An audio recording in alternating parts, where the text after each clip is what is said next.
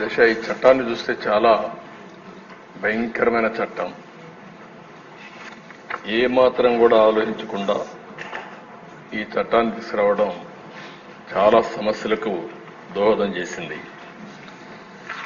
ఎన్నో రోజులుగా లాయర్స్ అయితే ప్రజలను చైతన్యవంతులు చేస్తూ ఎక్కడికక్కడ ఆందోళన చేశారు. ఈ చట్టం కనుచుంటే పౌరుల ఆస్తి హక్కును మొత్తం మింగేసే పరిస్థితి వస్తుంది. ఇప్పటికే ఆ దిశ రాష్ట్రంలో ఎప్పుడూ లేనంత ఈ భూ వివాదాలు పెరిగిపోయినాయి. చాలా దిక్కండి. ఇప్పుడు నా నియోజకవర్గం కుప్పం నియోజకవర్గంలో చూస్తే ఎప్పుడూ నాకు ఒక్క కంప్లైంట్ కూడా రాలేదు. 40 ఏళ్ల నుంచి నేను అక్కడ సీఎంగా, ముఖ్యమంత్రిగా, ఎమ్మెల్యేగా, ప్రతిపక్ష నాయకుడిగా ఉన్నాను.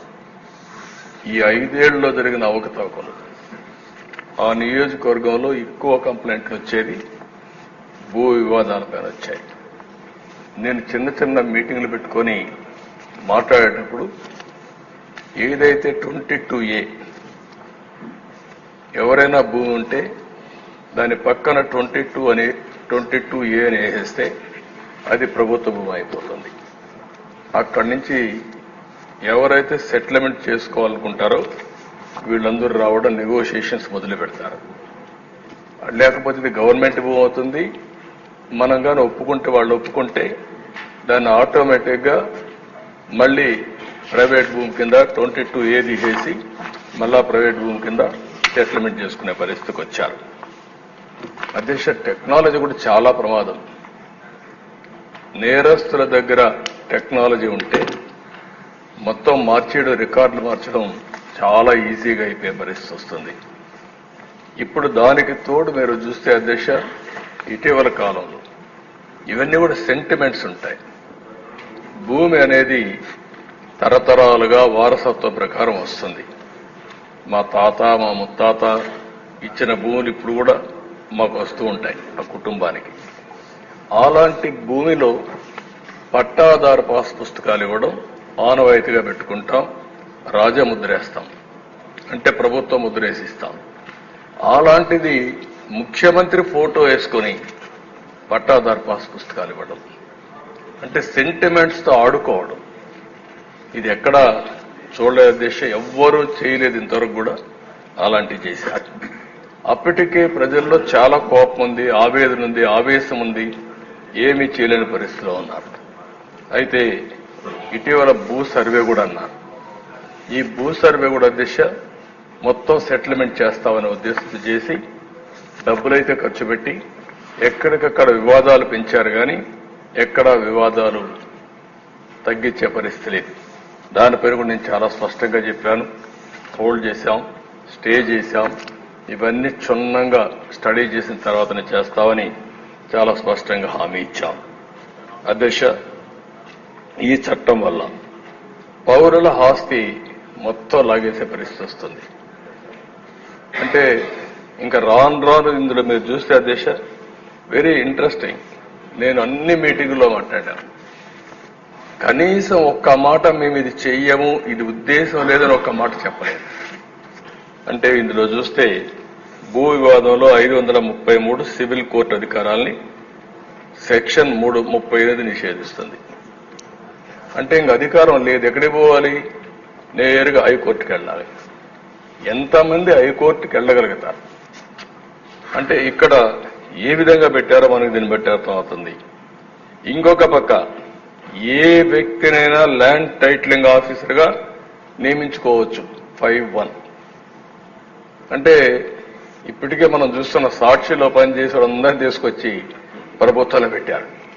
రేపు కూడా వీళ్ళ గుమస్తాలు మొత్తం తీసుకొచ్చి ఇక్కడ పెట్టేస్తారు. వాళ్ళ గుమస్తాలు పెడితే మన జాతకాలు వాళ్ళు రాస్తారు. ఏమవుతుంది అధ్యక్ష? అదే రికార్డు మీరు ఒకసారి చూస్తే ఎవరైనా సరే ఈ భూమి నాదని ఒక పిటిషన్ పెడితే ల్యాండ్ ట్రిబ్యునల్కి వెళ్ళిపోతుంది. ఇంక ట్రిబ్యునల్కి వెళ్ళిపోతుంది, ఆర్బిట్రేషన్. అంటే ఇంకా మన చేతుల్లో లేదు ఇది. అంటే మీరు వివాదాలు పరిష్కారం చేయవలసిన ప్రభుత్వం ప్రైవేట్ ఆస్తులను లాగేయడానికి ఎత్తుగడలేసే పరిస్థితికి వచ్చారు. ఇవన్నీ కూడా దిశ ఒకటి రెండు కాదు. ఇందులో మనం చూస్తా ఉంటే భారత వారసత్వ చట్టం రాజ్యాంగంలోని ఆర్టికల్ 21, 246, 300కు విరుద్ధంగా ఉంది. ఇంకో పక్క ఈ సెక్షన్లో ఉండేటువంటి ఈ చట్టంలో ఉండే సెక్షన్లు 10, 13, 14, 15, 25, 34, 36, 46 రాజ్యాంగ విరుద్ధంగా ఉన్నాయి. ఇవే కాకుండా ఈ చట్టాన్ని అమల్లోకి తెస్తూ జారీ చేసిన జీవో నెంబర్ 512 రహస్యంగా దాచిపెట్టారు. మనం అడిగితే దానికి సమాధానం కూడా చెప్పలేని పరిస్థితి వచ్చారు. ఇలాంటివన్నీ చూసిన తర్వాత దిశ చాలా ప్రమాదకరమైన చట్టం. నేను మిత్రులు పవన్ కళ్యాణ్ గారు కూడా కొన్ని మీటింగుల మీద చాలా స్పష్టంగా హామీ ఇచ్చాం. మేము వచ్చిన వెంటనే ఈ చట్టాన్ని రద్దు చేస్తామని చెప్పాం. ప్రజలు నమ్మారని ఎంత భయంకరంగా అంటే దిశ ఒక అభద్రతా భావనకు లోనయ్యారు. మళ్లీ దుర్మార్గమైన ప్రభుత్వం వస్తే మా ఆస్తులకు మాకు రక్షణ ఉండదు అనే పరిస్థితికి వచ్చారు. అధ్యక్ష కొంతమంది ఇక్కడి నుంచి అమెరికాకి వెళ్లారు, వాళ్ళకి భూములు ఉన్నాయి, వేరే దేశాలకు వెళ్లారు, వేరే రాష్ట్రాలకు వెళ్లారు. వాళ్ళు కానీ ఒక్కొక్కసారి రికార్డులు చెక్ చేసుకోకపోతే రికార్డులు మారిస్తే తర్వాత ఆ భూమి ఆటోమేటిక్గా డీమ్డ్ క్లాసిఫైడ్ చేసేసారు, నోటీసులు కూడా పరు. ఇలాంటి చాలా ఉన్నాయి అధ్యక్ష.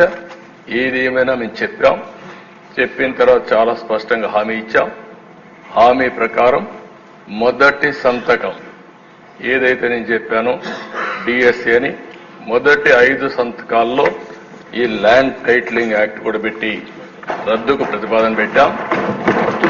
మొదటి కేబినెట్లో దీన్ని ఆమోదించాం. మొదటి అసెంబ్లీలో దీన్ని మళ్ళా ఈ చట్టాన్ని రద్దు చేయడానికి ఇది ప్రవేశపెట్టాం. ఇది మా చిత్తశుద్ధిని మరొక్కసారి తెలియజేసుకుంటూ